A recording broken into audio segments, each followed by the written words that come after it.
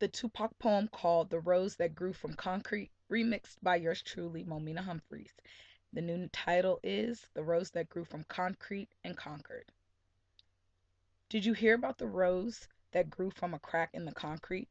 Proving nature's law is wrong, it learned to walk without having feet. Funny it seems, by keeping its dreams, it learned to breathe fresh air. Long live the rose that grew from concrete when no one else ever cared. Bruised and cut, using strength from faith, it grew into a bush, giving shade to those who stood by it, giving a sweet fragrance to those who nurtured it. The bush grew from God's blessed tears of rain. The rose bush conquered the stereotypical ending. The rose bush started a new beginning. No nutrients, but from the sun's radiance, still it felt like dark times. The bush took over the concrete, creating a pedestal for its petals. Hi, my name is Momina Humphreys, and I'm applying to be a personal assistant for Anthony Robbins. And you said make a video on why you should choose me, so that is what I'm doing. So, this is a very big leap of faith for me. I'm extremely nervous while making this video, so excuse me if things get a little shaky. Excuse the background as well. Downstairs in my boyfriend's basement, I live with him, and it's just private down here, so I thought I'd record down here. As you can tell, I'm a very straightforward and genuine person. That's why I wanted to make a video, because I felt like it's a lot more personal than just writing letters down on a sheet of paper. Limited characters, your brain waves don't flow the same, all that other good stuff. So basically, why you should choose me is the general story of my life.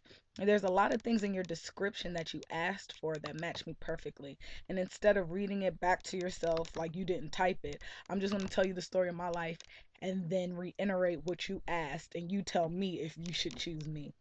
So basically, my name Momina came from an Islam background. My parents were Islamic. I grew up in that household. Um, and I have three brothers. I'm the only girl, two older brothers and one younger. So basically, long story short, I'll try to abbreviate it in as short of a time as possible. I came from two crackheads or drug addicts. When I was younger, they were definitely the best parents you could ever ask for. But around the age 9, 10, I guess, when they tried to expand their life and build a new home for us, it got a little too much. And from their past, hurts and distrust and battles that they had before they even had children, all that drama compiled together just became too much. And my once loving, caring, nurturing parents turned into these people who turned against me and, would take from me and basically abandon me. So from the ages of 9 to 13, I had to grow up extremely quick. I raised my little brother who's 4 years younger than me. I had to do a lot of things that a grown up would do in those times as far as bringing home income, but I didn't have a job. So I would do little stuff like chores or, cutting lawns, or my brothers would go out and do other things. We had to move in with my great grandmother, who, by the way, is like elderly by this time, and she wasn't able to take care of us, so she then passed us over to her daughter, my grandmother, who took care of me till I was about 13. So from about 12 to 13, I lived with my grandmother, who then had a stroke. So then me and my brothers got separated. By now, my oldest brother is out on the streets, literally out on the streets doing his own thing. Never graduated from high school because, unfortunately, my parents were in the right state of mind to discipline him and send him back the way he was supposed to. So when we moved in with my grandmother and she had her stroke, the decision had to be made that we had to get separated. So my brother, who's 18 months older than me, and my younger brother, who's 4 years younger than me, moved to Philadelphia with my aunt. Now, little did I know I was getting separated. I thought I was moving to Philadelphia with them as well. So when we went to Philly, we were there as a family. I was exposed to the knowledge that I was going to get sent off to a all females charter school because I was too much to handle. With that being said, I was very upset, very stressed out. My parents just abandoned me. Me and my brothers just uprooted from Maryland, went to Philly. Now you're telling me you're going to send me to an all girls school. So at the time, my family just was not very pleasant, accusing me of being pregnant, being a wild child, and all that. One of my aunts from Maryland was like, no, she's going to come back and live with us.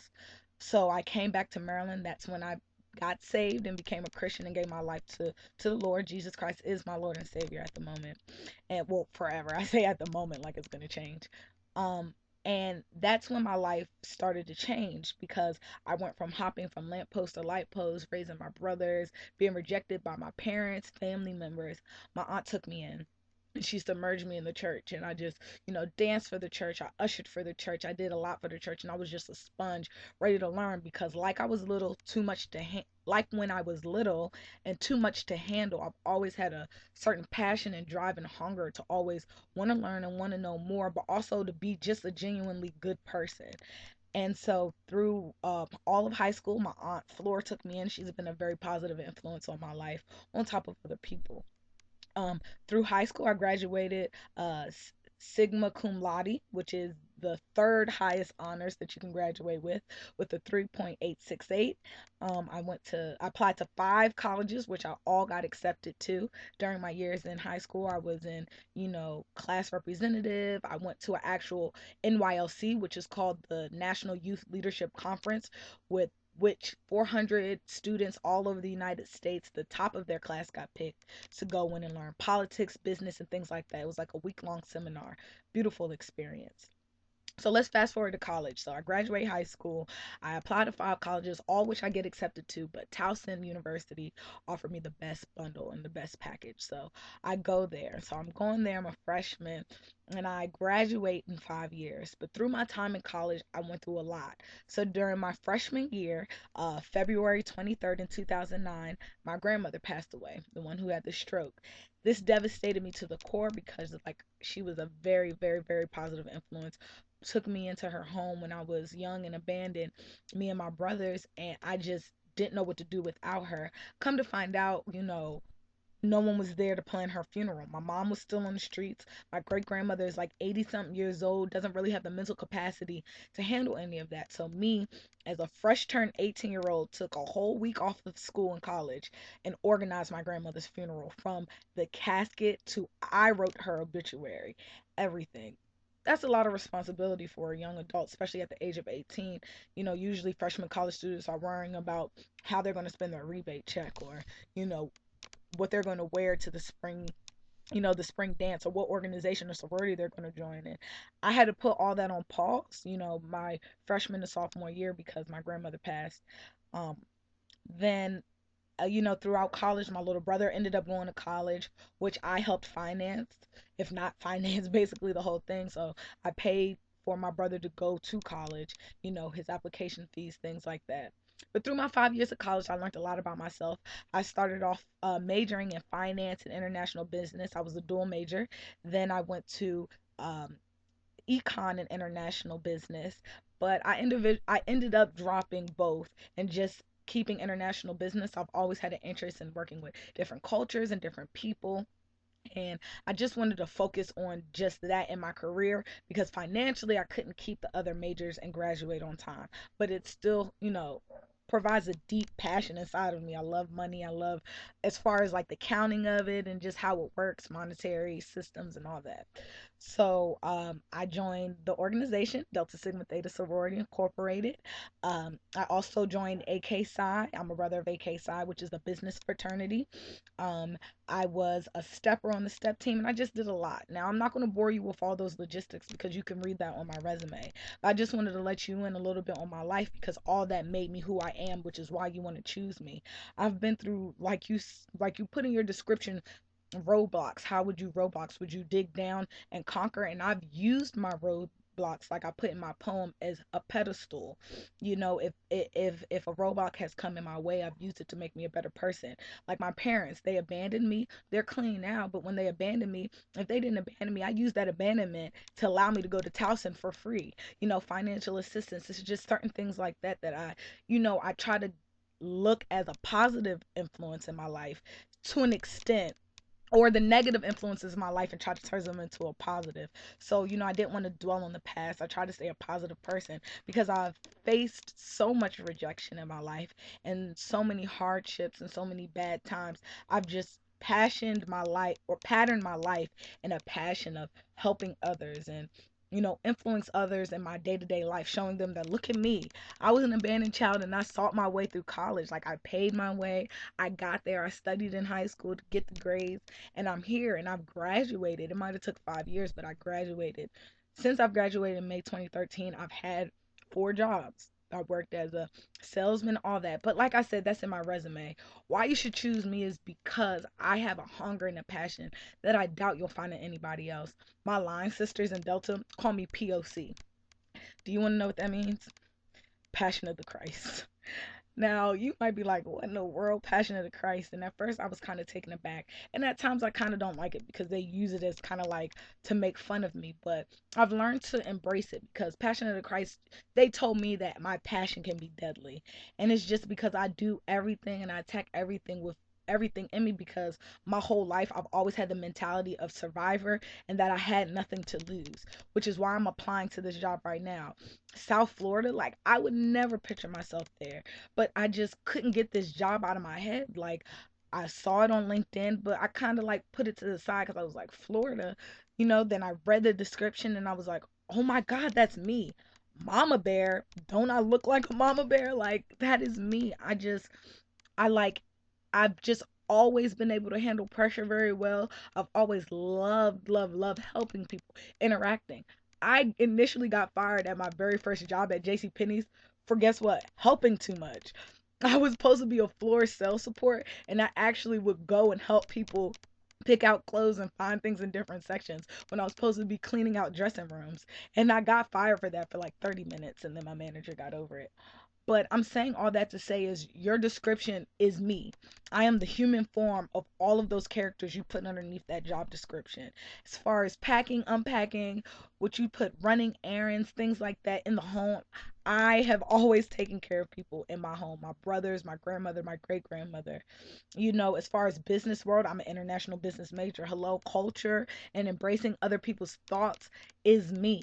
I'm a communicator. I over communicate sometimes from what my family and friends tell me. It's like, Mo, which is my nickname, you're talking entirely too much. Like, we don't need to know all that. We don't need to know all that.